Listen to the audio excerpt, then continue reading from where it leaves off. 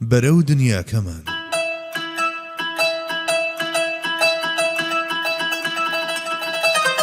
بەرجی دووەم، نووسینی مامۆستا محەممەد فەتحوڵڵا گولەن.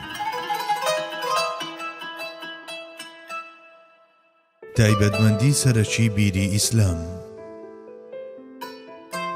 ئیسلام ڕەگ و ڕیشەکانی ئەبەدیەتێکە کە لەسەر و کات و شوێنەوەیە و قسە بۆ کراوەکەی دڵی ئادەمیزادە کە بەقەدەر پانتایی ئاسمانەکان و زەوی فراوانی ڕۆحی هەیە و ئامانجەکەیشی بەختەوەری دنیا و ئاخیرەتە. ئیسلام ناوی ئەو ڕاستە شەقامەیە کە لە ئەزەلەوە بەرەو ئەبەد درێژ بووەتەوە و ناونیشانی ئەو ڕێسە ئاسمانیەیە کە بۆ هێنانەدی ئارەزووی هەتاهەتایی ڕەگداکوتاوی ناوناخی مرۆڤ و بۆ فەتەحکردنی هەموو دڵەکان هاتووە. ئیسلام لەو ڕۆژەوەی خێوەتی خۆی لەسەر زەوی هەڵداوە بە هەموو هێزی خۆی ڕووی لە دڵان کردووە و هەوڵی فەتەحکردنی سینەکانی داوە و وێنەی خۆی لە هەموو ویژدانێکدا چێشاوە و پاشان داچۆڕاوەتە ناو هەموو بوارەکانی ژیانەوە. بە جۆرێک هەمیشە پەیوەندیەکی ڕاستەوانە هەیە لە نێوان قوڵی دڵەکاندا و کاریگەریەکەی لەسەر هەموو جومگەکانی ژیان. قبولکرانی ئەو لەلایەن دڵەکانەوە چەند قوڵ و ڕەگداکوتاو بێت، ئەوەندەش ڕەنگدانەوەی لە ژیان و لە چواردەورماندا بەهێز و خۆڕاگر دەبێت. تەنانەت دەتوانین بڵین ئەو ئارەزوو و شەوق و قوڵیەی لە چواردەورماندا بەرامبەر بە ئیسلام دروست دەبێت ڕاستەوخۆ بەندە لەسەر قوڵی ئەم وێنە ناوەچیە و مەودای بڵاوبوونەوەکەی. واتە ئەم یەکەم قبوڵەی ناودەرونی ئادەمیزاد چەند قوڵ بێت، کاریگەری لەسەر دەوروبەریشی بە هەمان ئەندازە بەهێز دەبێت و ژیانی ئەخلاقی، ئابووری، سیاسی، ئیداری و کلتوری کۆمەڵگاش هەمیشە بە گوێرەی ئەم تێگەیشتنە ناوەچیە هەر یەکەیان ئاراستەیەک وەردەگرێت. بەڵێ، کۆمەڵگا و سەرجەم جومگەکانی لە ڕوخساریاندا خەتی تایبەت بەم تێگەیشتنە ناوەچیەیان هەڵگرتووە و هونەر و ئەدەبیاتیش چەشنی نەخش و ڕەنگە دەرپەڕیوەکانی ئەم ناوەڕۆکەوان و لە هەموو جێگایەکدا و لە نێوان دێڕەکانی شتان و ڕووداوەکاندا دەنگ و هەناسە و ئاوازی ئەم ناوەڕۆکە دەبیسترێت و هەموو شتێکی بینرا و نەبینرا و بە زمانی ئەو ناوەڕۆکە بێدەنگ و خاڵی لە وشەیە بەستەی نەبیستراومان پێشکەش دەکەن. لە مڕوەوە هەر کاتێک دەمی ئەو دڵانە بکرێنەوە کە بە ئیمان فەتەح کراون، ئاوازی جاویدانی بە گوێی بیسەراندا دەدەن و هەر کاتێکیش چاویان بکەنەوە و لە دەوروبەریان بڕوانن، وا هەز دەکەن لەو ڕێڕەوە زمڕوتیانەدان کە ئەو سەریان دەگات بە بنارەکانی بەهەشت و ناڕەحەتی ڕێگاکەیان تێکەڵ بە بەختەوەری کۆتایی ڕێگەکە دەکەن و لە هەر جەیەکدا خەڵکی بڵێن ئاخ و ئۆف، ئەوان بە دەموتنی ئۆخەی ئۆخەیەوە ملی ڕێگا دەگرنەبەر. وشەی نهێنی فەتەحکردنی دڵەکان ڕستەی لا ئیلاهە ئیلا الله محەممەد ڕەسوول اللهە. بە جۆرێک هەموو تایبەتمەندیەکانی باوەڕ لە ئیسلامدا لە شێوەی دوو ڕووی یەک حەقیقەت و چەشنی پەیوەندی نێوان هۆکار و ئامانج لەسەر بناغی ئەم دوو ڕستە کورتەدا مەزراون. درەختی تووبای بەهەشت لەم تۆوە سەوز دەبێت و بە میوەکانی مەعریفەت ئاسمانی هەست و شعور و تێگەیشتنی ئادەمیزاددا دەپۆشێت و لە ئەنجامدا هەموو زانین و مەعریفەتەکان بە یارمەتی هەستێک و هەڵمەتێکی ناوەچی دەگۆڕێن بە عەشق و شەوق و ئارەزوو لە هەموو لایەکەوە دەوران دەوری مرۆڤ دەدەن و لە ئەودا پێکاتنێکی نوێ دەهێننە مەیدان کە خولگەکەی ویژدانە و ئەمەش لە هەموو هەڵسوکەوتێکی ئەو کەسە عاشق و مشتاقەدا خۆی نمایان دەکات. عیبادەت و گوێڕایەڵی کەسێکی لەم جۆرە درەوشانەوەی ئەم پەیوەندیە و ئەم عاشق و شەوقەن و پەیوەندیە مرۆییەکانی ڕەنگدانەوەی ئەم لە دونیەتەن و تێگرای چالاکیە کۆمەڵایەتی، ئابووری، سیاسی و ئیداریەکانی لە دەوری ئەم چەقە هێزە دەخولێنەوە. کارە هونەری و کلتوریەکانی بەهۆی ئەم دینەمۆ ناوەچیەوە شکل و شێوە وەردەگرن و دەکرێنەوە و هاوڕێ لەگەڵ شێوە و ئەدای دڵدا دێنە مەیدان. ئەگەر ئەم بەرهەمە هونەریەی کە دێتە گۆڕێک کتێبێک، وێنەیەک، شێعرێک یان بەستەیەک بێت، هەموو ئەمانە خۆراکیان لەو نمونە ناوەچیە وەرگرتووە و هەست و ئیدراکی دڵ دێننە سەر زمان و دەربڕین لەو هەیەجان یاخود لەو کسپە کسپە دەکات کە لە واریداتی دڵی خاوەنی بەرهەمەوە سەرچاوەی گرتووە، هەروەها عەشق و ویساڵ یاخود هیجرانی ئەو دەردەخات. هەروەک ئەمە وایە ڕۆحێکیش کە لێوان لێوە لە ئیمان، مەعریفەت، خۆشەویستی و چێژی ڕۆحانی لە هونەر و کلتور یان لە هەر چالاکێکی تردا بێت، وێنەی ناوەکی خۆی نمایش دەکات و پەیوەندی نێوان مرۆڤ و گەردون و خوا کە لە قوڵایی دەرونیدا وەک کاکڵەیەک و پوختەیەکی لێهاتووە دەهێنێتە سەرزار و هەمیشە لە هەوڵی ئەو مانایانەدایە کە لە قوڵایی دەرونیدان. لەوانەیە مرۆڤ لە هەموو حاڵ و کاروبارەکانیدا بەدوای ئەم مەبەستەدا نەگەڕێت، بەڵام سیستەماتیزەبوونی باوەڕ لە دڵیدا هەمیشە سەرجەم هەڵسوکەوتەکانی بەرەو ئامانجێکی دیاریکراو دەداتە بەر. هەر بۆیە شتێکی سروشتیە کاتێک نەخش و شێوەی ئەم دینەمۆ ناوەچیە لە شێوازی ژیان و ئسلوب و کەسایەتی و پەیوەندیە کۆمەڵایەتیەکانی کەسێکی لەم جۆرەدا ڕەنگ دەداتەوە. هەروەها هەمان شێوە و هەمان ئسلوب لە چالاکیە هونەری و کاروبارە کلتوریەکاندا بەرچاو دەکەوێت، چونکە پێش لە هەر شتێکی دی پێگەی ئادەمیزاد لە ناوبووندا و ئامانج لە بەدیهاتنی و مەبەست لە چالاکیەکانی و هەموو ئەو داخوازیانەش کە لەسەر ئەم ئامانج و مەبەست و بەرپرسیاریەتیە کەڵەکە دەبن بە تێپەڕبوونی کات هەموو بوونی ئەو دەگرنەوە و هەموو کاتێک لە بەرامبەر ئەو بوونە هەرە بەرز و مەزنەوە هاوڕێ لەگەڵ تازەترین و زیندووترین و کاریگەرترین هەستەکاندا بەرەو جیاوازی ئاراستەی دەکات. ئەم سیستەماتیزەبوونی باوەڕە کاتێک لە دڵی ئیمانداردا بە تەواوەتی چەکەرە دەکات، ئیدی کاریگەری لەسەر چالاکیە زیهنی و فیکری و زانستیەکانی دەبێت و لەودا دروستبوونی سروشتێکی دووهەم دەستەبەر دەکات و ئەمەش خۆی لە هەموو کاروبارەکانیدا هەر لە باوەڕەوە تا عیبادەتەکان و لە ئەخلاقەوە تا پەیوەندیە کۆمەڵایەتیەکان لە پەیوەندی لەگەڵ خوای خۆیدا هەتا هەڵسوکەوتەکانی خۆی نمایان دەکات. بە کورتی مرۆڤی ئیماندار بە ئەندازەی بڵاوبوونەوەی ئەم یەکەم بەهرەیە لە ناخیدا چوارچێوەی دنیای ڕاستەقینەی خۆی دەچێشێت. بەڵێ کەسێکی لەم جۆرە کە ڕووی لە لووتکەکانی ژیانی دڵ و ڕۆح کردووە ڕوون و ئاشکرایە چۆن بیر دەکاتەوە و چۆن ڕەفتار دەکات و چۆن هەڵدەسوڕێت و لە عیبادەتەکانیدا چەند جددی دەبێت و لە بابەتە ئەخلاقیەکاندا چەند هەستیار دەبێت و چەند کراوە دەبێت بەڕووی چاودێریکردن و لێپرسینەوەی نەفسی خۆی و چەند هەست بە لەرز و بێز دەکات بەرامبەر بە گوناه و تاوانەکان. کەسێک کە بەم ئەندازەیە هەست و بیرکردنەوەکانی ڕەجیاندا کوتیوە، ئیدی سەبارەت بە ئەو ژیان و سەرجەم بوارەکانی وەک ڕووبارێک کە ڕێڕەوی خۆی دیوەتەوە هەمیشە بە ئامانجی گەیشتن بە زەریا لە شەپۆڵدان بەردەوام دەبێت و ئەویش لە ناو ئەم ڕووبارەدا هەردەم هەست بە چێژی عەشق و بەیەکشادبوون دەکات. ئیمان بە ئەندازەی قوڵی و کرانەوەکەی دینەمۆی سەرەکی ئەم مرۆڤە پڕ لە بزاوتنەیە و عیبادەت هێزی یارمەتی دەر و پارێزەریەتی و ئەخلاق و سەرجەم پەیوەندیە مرۆییەکان نیشانەی جوداکەرەوەی ئەون و کلتور گرنگترین ڕەهەندی سروشتی ئەوە و هونەریش ڕەنگدانەوەی لێکۆڵینەوە و چاودێری و هەستی ناوەچی و مشاهدەی ناوەچیەتی. هەرچەندە شوێنی سەرەکی ئێرە نییە، بەڵام حەز دەکەم بڵێم کە هونەری ئیسلامی بەوەدا کە پەتی کردووە بە تەوەری خۆی و بە دوای فرەڕەنجیدا دەگەڕێت،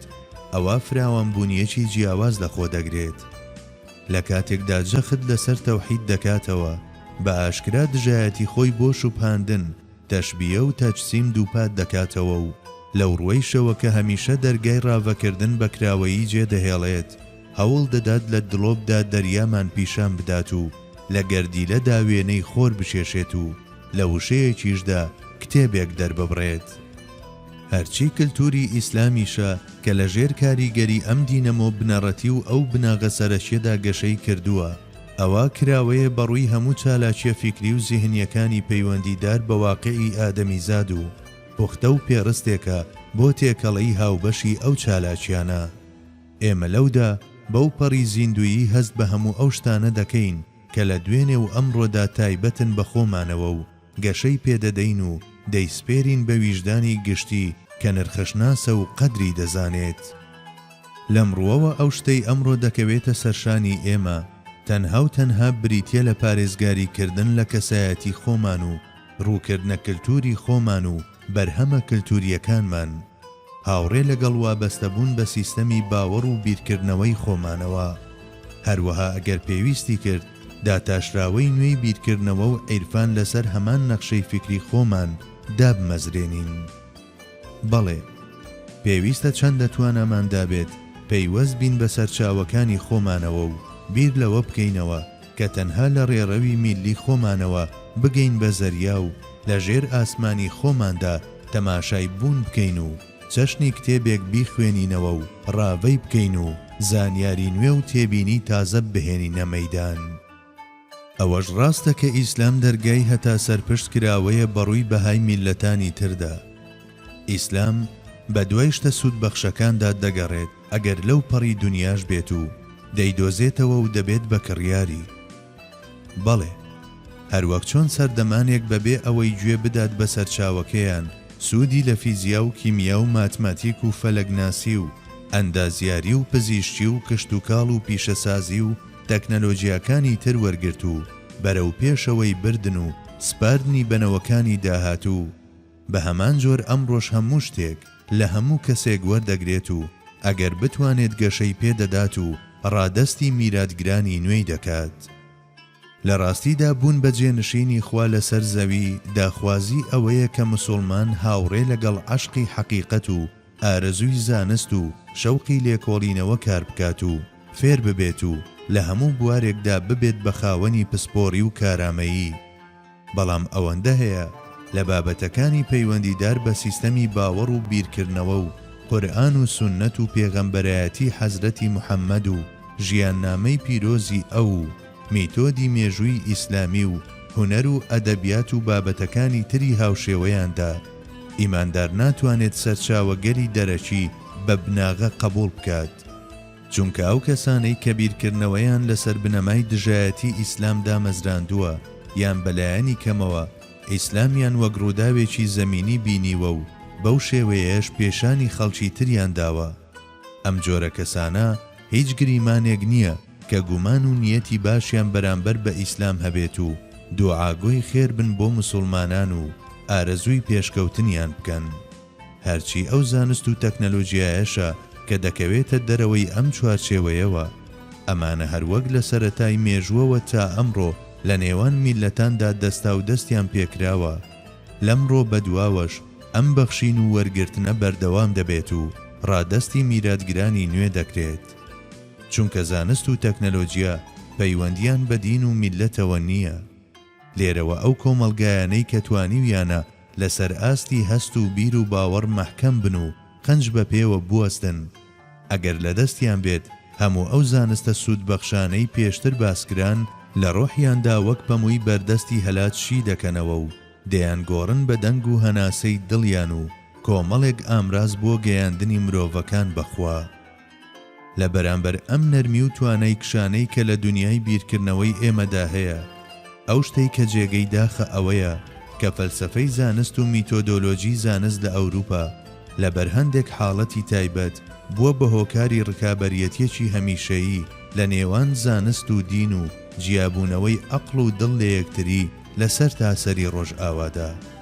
ئەمەش هۆکاری سەرەکی هەموو ئەو خەیرانە بەردەوامانەیە کە چەندین سەدەی ڕەبەقە سەرجەم سیستەمە ڕۆژ ئاواییەکانی جیرۆدە کردووە. لەمەش زیاتر ئەم سەنگەرە زانستی و فەلسەفیەی کە سەرەتا تەنها دوژمنایەتی دۆگماکانی ئەو دامەزراوانەیان دەکرد کە بەڕواڵەت ئاینی بوون، بە تێپەڕبوونی کات گۆڕا بە هەڵمەتێک لە دژی هەموو جیهانیە ئاینیەکان و بوو بە پارێزەری بێباوەڕی و ئیلحاد. بەداخەوە لەم شێوازە دوژمنکارانەیەی کە هەموو ئاینەکانی گرتەوە، بێباوەڕی ئیسلامیش بەشی خۆی بەرکەوت و ئەویش هاوڕێ لەگەڵ ئەوانەدا کە شایەنی ئەم هێرشە بوون لەسەر کورسی گومان لێکرا و ناچار بە دانیشتن کرا و دووچاری دڕندانەترین و بێویژدانەترینی ستەم و مافخوران کرایەوە. ئەم بزوتنەوەیەی کە لە سەرەتادا بە ناوی بیرکردنەوەی ئازاد و زانستەوە لە دۆگماکانی ئەو دامەزراوە بەناو ئاینیانە ڕاپەڕی، گۆڕا بە دوژمنایەتی بەرامبەر بەخوا و دین و دینداری و بوو بە هەڵمەتی بێدەنگکردن و تۆقاندن و فشار و تەنانەت لە ناوبردنی سەرجەم دینداران لە هەموو گۆشەیەکی سەرزەویدا. هەرچەندە جیهانی ئیسلامی لە ڕوانگەی بنەما و بناغەکانی خۆیەوە هیچ کاتێک کێشەی پێکدادانی نەبووە لەگەڵ زانست و بیرکردنەوەی ئازاددا، کەچی هەندێک لە دوژمنانی دین چاویان لە ئاستی ئەم جیاوازیەدا نوقاند و بەراوردیان کرد بە مەسیحیەت و هێرشی ناحەق و بێشەرمانەیان کردە سەری. لە حاڵێکدا ئیسلام هەر لە یەکەم ڕۆژەوە ڕێسایەکی نوێ و بێوێنەی ژیانی پێشکەشی سەرجەم مرۆڤایەتی دەکرد. هەروەگەم ڕێسایە لە ڕابردوودا وێنەی نەبووە، بە هەمان شێوە هێمە و ئاماژەیەکیش بوو بۆ بێهاوتایی و ناوازەیی ئەو لە داهاتوودا، چونکە ئەو لە ڕێگەی ئەو بناغانەوە کە هێنابوونیە مەیدان سەر لە نوێ ژیانی ئادەمیزادی ڕێک دەخستەوە و تەفسیری نوێی دەربارەی دنیا و جیهانەکانی پاش دنیا و فیزیک و مێتافیزیک دەهێنا و لە ڕوانگەی تایبەتمەندی دیاردەکانەوە و بە شێوەیەکی تەواو جیاواز پەیوەندی نێوان مرۆڤ و گەردون و بەدیهێنەری ڕێک دەخستەوە و کۆتایی بە دژیەکی و ناکۆچی ناوەچی ئیلاهیەت دەهێنا. ئەو بەهایانەی ئەو هێنانی وەڵامی هەرە دڵنیابەخشی سەبارەت بە ژیان و مەرگ پێشکەش بە هەموو چاوەڕوانی و ئاواتەکانی مرۆڤایەتی کرد و هیچ بۆشاییەکی عەقلی و لۆجیکی و فیکری و عاتفی لە دڵ و ژیری قسە بۆکراوەکانیدا نەهێشتەوە. ئەو هەموو لاوڕووەکانی زیندوو بوو، کاتێک دەهێنرایە نێو ژیانەوە دەکرایەوە و بڵاو دەبوویەوە و فراوانی بەدەست دەهێنا و هەرگیز بەو گرفتانەی دەهاتنە بەردەمی نەیدەوت بەیانی وەرەوە. هەتا ناو داڵانە هەرە تەسکەکانی ژیانی شەخسی، خێزانی، کۆمەڵایەتی، ئابووری، سیاسی و کلتوری دەڕۆیشت و هاوڕێ لەگەڵ دەنگ و ڕەنگ و هەناسەی ڕۆژگار و سەردەمدا بە هەموو بوارەکانی ژیاندا دەهات و دەچوو، لەسەر جەمجومگەکانیدا بەهێزتر لە پتەوترین و واقعیترینی شتەکان خۆی نمایان دەکرد. ئیسلام ئایدیالیزمێکیش نەبوو بە مانە ڕۆژئاواییەکەی، چونکە ئایدیالیزم ئەو خۆرە خەیاڵیە بوو کە بەسەر پێدەشتەکانی ئەو دیوی چیای قافدا هەڵدەهات، خۆرێکی وە کە هەرگیز تیشکەکانی ناگەن بەم جیهانە واقعیەی تێیدا دەژین و ناتوانێت لە بچووکترین جومگەی ژیاندا گزارش لە خۆی بکات. ئەو بە تیشکە درۆینەکانی وەکو یۆتۆپیاکان بەر خەیاڵەکان دەکەوت و دەشکا و لە شێوەی چەند خەونێکی شیریندا و تەنها لە دوورەوە دەیتوانی تەماشای ژیان و واقیعەکانی ناو ژیان بکات. ئەمە لە حاڵێکدا ئیسلام ڕێسایەکی وای پێشکەش بە ئادەمیزاد دەکرد کە ڕەگەزەکەی تەنها لە خۆیدا قەتیسما بوو، دەکرا لە هەموو زەمینە و هەلومەرجێکدا جێبەجێ بکرێت و لە جێبەجێکردنیشیدا چەندین ڕێگای جێگرەوەی دەخستە پێشچاو. ئەوان گوێبیستی بانگەوازەکەی ئەو دەبوون، لە بەرامبەریاندا ڕەنگ و شێوەی ڕێسایەکیان دەبینیەوە کە لەگەڵ سروشتی خۆیاندا لە یەک منداڵداندا گەشەی کردبوو. ئەو هەر لە یەکەم قبوڵکردنی ویژدانەوە هەتا بابەتە ئەخلاقیەکانی ئەو پەڕی ژیان بە فراوانیەک کە هیچ بابەتێک فەرامۆش ناکات لە کێشە هەرە بچووکە شەخسی و خێزانیەکانەوە هەتا بابەتە هەرە داخراوە کۆمەڵایەتیەکان و لە هەموو باس و خواسەکاندا چارەسەری جیاوازی پێشکەش دەکرد و تەنانەت لایەنگرە هەرە هەناسە کورتەکانی لە نیوەی ڕێدا بەجێ نەدەهێشت. ئیسلام لە ویژدانەکانەوە دەست بەکار دەکات و پاش ئەوەی لەوێدا بە باشی ڕەجی داکوتی هاوڕێ لەگەڵ جوانی و سەرنجڕاکێشیەکی تایبەت بە خۆیدا لە چوارچێوەی خۆی دەردەچێت و سنوورەکانی چواردەوریشی دەبڕێت و هەموو جێگایەک دەکات بە زەمینەی چرۆکردن و بۆ یاخی ڕۆحی خۆی دەسوێت بە هەر چوارلادا و شێوە و ڕەنجی ژیان لە هەموو ئەو جێگایانەدا دەگۆڕێت کە سەوزی کردوون و پەیامی جاویدانی دەگەیەنێت بە دڵانی تین و هەموو پەیامێکی ئەو نەغمەیەکی ئاشتی گەردونی و بەستەیەکی ئاسوودەیی کۆمەڵایەتی و هەناسەیەکی لێبوردەیی و پێکەوە ژیانە. هەرچی ڕقی و توندی و جەربەزەیی و ڕق و قینیشە یان لە ڕنگدانەوەی پێکاتەی ڕۆحی دوژمنەکانی یان لە کێشەی هەرسکردنی شوێنکەوتە نەزانەکانیەوە سەرچاوە دەگرێت. ئەو لە هەموو حاڵ و بارێکدا نور و ڕووناچیە، بەڵام جاری وایە بەهۆی بربەستێکی دوژمنەکانیەوە دووچاری خۆرگیران و جاری وایشەیە بەهۆی ئەو تاریچیە کە ئەم دوانە هەڵی دەڕێژن گیرۆدەی مانگگیران دەبێت. ئەگەر دوژمن کەمێک وازی لە جەفا بهێنایە و دۆستیش تۆزێک بە وەفا بوایە، بە پڕژە ئاگرینەکانی کە لە چەقەوە بەرەو دەرەوە دەردەپەڕین یان بە چەپکی تیشکەکانی، هەموو تاریچیەکانی وەک ڕق و قین و نەفرەتی ڕادەماڵی و دەنیشتنەوە و هەموو لایەکی دەکرد بە زەمینەیەکی پڕ لە ئاشتی و ئاسایشیوە کە ئەو سەری دەگەیشت بە بەهەشتی هەمیشەیی. لە سایی ئەودا جەنگ، کوشتن، تیرۆر و ئاژاوەکانی سەرزەوی دەبیر دەچنەوە و لە جێگەی هەموو ئەمانەدا شەماڵی خۆشەویستی و ڕێز و هەماهەنگی و ئاشتی هەڵی دەکرد. خۆی لە خۆیدا لە دڵێکەوە کە ئیسلامی تێچوو بێت و تیایدا نیشتەجێ بوو بێت، بەرامبەر بە هەموو بوونەوەران تەنها و تەنها خۆشەویستی و لێبوردەیی و میهرەبانی دەبارێت. بەڵێ، لە دڵێکدا هەم باوەڕ و پەیوەندی لەگەڵ خوادا و هەم ڕقوقین و نەفرەت جێیان نابێتەوە، بە تایبەت دڵێک کە هەموو ڕۆژێک و هەفتەیەک و ساڵێک بە یارمەتی کۆمەڵێک پەرستشی جۆرا و جۆر ئیمان و پەیمان و پەیوەندی لەگەڵ بەدیهێنەری خۆیدا نوێ بکاتەوە و بەهێزی بکات و هەمیشە بەڕوونی و درەخشانی بمێنێتەوە. هەرگیز گریمانی ئەوە ناکرێت دڵێکی لەم شێوەیە کراوە بێت بەڕووی دوژمنایەتیەکاندا، چونکە جیهانبینی ئیسلامی ئەو هەستە لە ناخماندا دەوروژێنێت کە پێویستە هەموو ڕەفتارەکانمان موسڵمانانە بن و بەرەو ژیانی ئیماندارانە ئاراستەمان دەکات. خەرمانی ویژدان و واریداتی دڵمان ئەوەندە لە هەڵسوکەوتەکانماندا ڕەنگ دەدەنەوە تا نەخشەکانی ئەخلاقمان پێک دەهێن و هێندە لە ڕەفتارەکانمان دەچۆڕێن تا دەبن بە سەرچاوەی بنەڕەتی کلتورمان و مانەوەمان وەک خۆمان دەستەبەر دەکات. بەم شێوەیە کامەڵی و خۆشەویستی و پەیوەندی و دڵسۆزی و میهرەبانیەک لە دڵەوە بەرەو دەرەوە دەڕژێت کە پشتی بە ئیمان بەخوا و هەبوونی متمانە پێی و تەوەکل بەستووە. ئیدی تاچی موسڵمان لە سایەی ئەم هێزی ڕاکێشانە پیرۆزەدا لە تاچێتی دەردەچێت و وەک میلەتێکی لێدێت. هەروەک چۆن پرۆژە و هەوڵە هونەریەکان سەرەتا لە ناو مرۆڤ خۆیدا لەدایک دەبن و شکل و شێوە وەردەگرن و پاشان کاتێک زەمینەیان بۆ بڕەخسێت دەکرێنەوە و بڵاو دەبنەوە. بە هەمان جۆر عیبادەت و ئەخلاق و ژیانی ڕۆحی و کلتور و هەموو پەیوەندیە مرۆییەکانی تریش سەرەتا لە دەرونی ئادەمیزاددا و لە شێوەی ئیماندا دەردەکەون و ئینجا گەشە دەکەن و سەر تاپای ژیان دەگرنەوە و ڕەنجی خۆیان دەدەن لە گشت ڕەفتارە مرۆییەکان و دەبن بە یەکەم پێوەەر بۆ هەموو هەڵمەت و جوڵە و چالاکیەکان و لە هەموو بابەتێکدا کاریگەری خۆیان دەردەخەن. ئیسلام جیاواز لەسەر جەمدین و سیستەمە فەلسەفیەکانی تر وێنەی بیرکردنەوە و ژیانێکی وای پێشکەش بە مرۆڤایەتی کردووە کە تەنها تایبەتە بەخۆی، بەڵام لە هەمان کاتدا گردوونی و گشتگیریشە و بەرپرسیارەتی ژیان و جێبەجێکردنیشی خستووەتە سەرشانی شوێن کەوتوەکانی. موسڵمانێک کە خاوەنی شعورێکی لەم جۆرە بێت هەوڵ دەدات لە هەموو پەیوەندیەک کەسی و خێزانی و کۆمەڵایەتیەکاندا ڕەچاوی ئەم چوارچێوەیە بکات. لە سایی ئەم تێگەیشتنەدا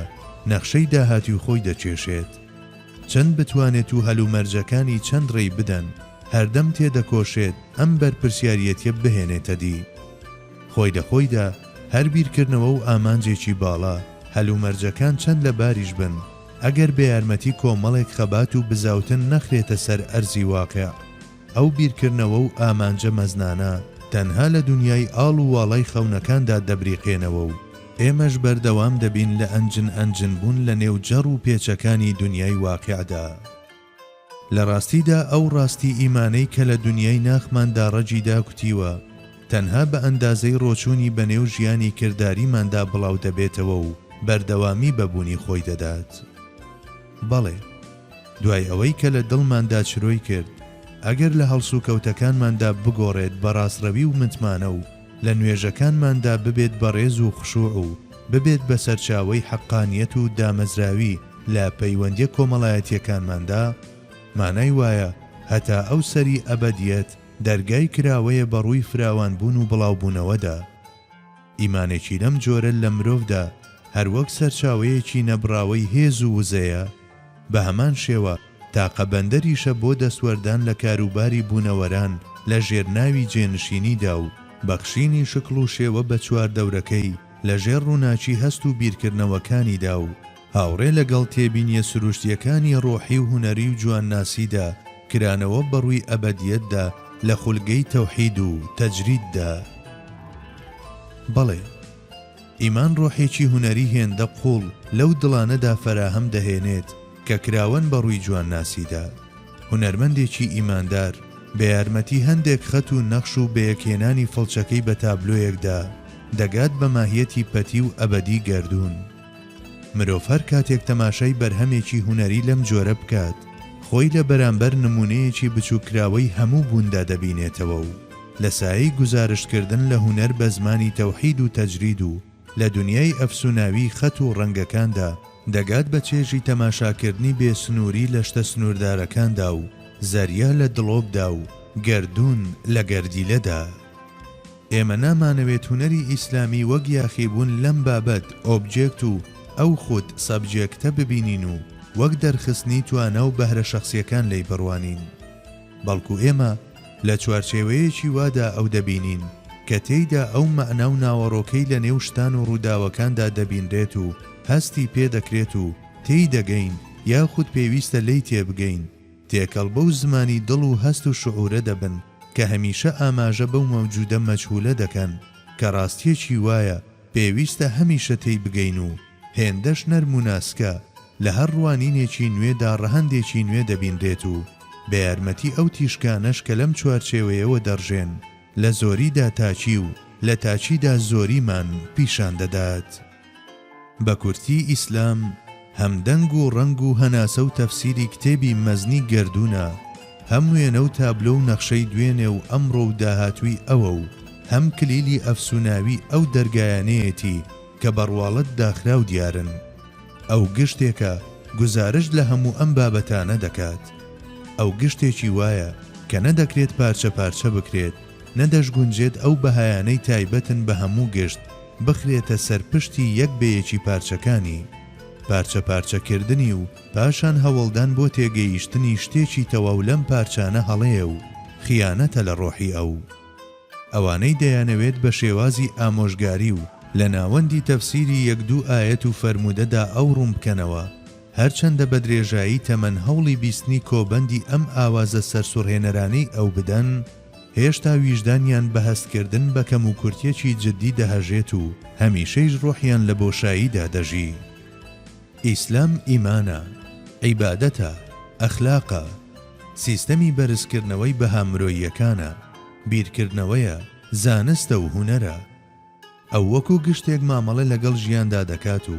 لەژێر ڕۆشنایی بەهاکانی خۆیدا هەڵی دەسەنجێنێت و سفرەیەکی ئاسمانی بێوێنە پێشکەشی شوێن کەوتوانی دەکات. ئەو هەمیشە تەفسیری ژیان لەسەر ئەرزی واقع دەکات و هەرگیز بیر لەوە ناکاتەوە لەو کون و کەلەبەرانەدا کە داخراون بەڕووی ژیاندا هاوار بۆ بڕیارەکانی خۆی بکات. فەرمان و ئاراستەکردنەکانی وابەستەی واقعی حاڵ دەکات و هەرگیز بڕیارەکانی لەسەر جیهانی خەیاڵ بنیاد نانێت. ئیسلام هەر لە بابەتە ئیمانیەکانەوە هەتا چالاکیە هونەری و ڕۆشنبیریەکان لە ناوجەرگەی ژیاندایە و هەردەم بزۆک و زیندووە. ئەمەش بناغە و نیشانەی هەمیشە زیندومانەوە و جیهانی بوونی ئەوە.